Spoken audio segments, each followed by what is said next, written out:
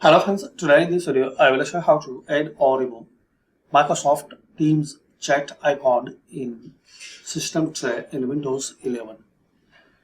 So two way, first easy way. Right click on taskbar, then click on taskbar settings. Here you will see option chat. Turn on if you need to display like this.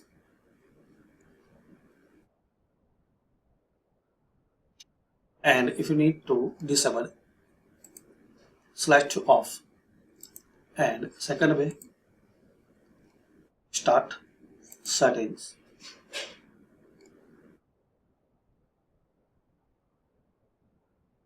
Here click on personalization.